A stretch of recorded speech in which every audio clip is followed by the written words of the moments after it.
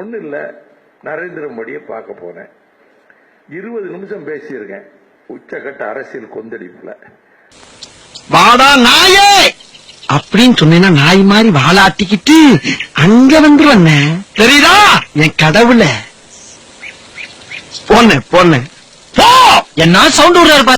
3 கோரிக்கைகளை வச்சிருக்கிறேன். இந்த ஜல்லிக்கட்டு இதோட உங்க செல்வாக்கு அவுட் ஆயிரும். இந்த முடிவை மாத்துங்க. இன்னைக்கு தான் நான் சொல்றேன். Vaiko definitely I will reconsider. இங்க வர்றா அந்த சட்டத்தை அவர் முடிவை மாற்றியதுக்கு காரணம் வைகோ.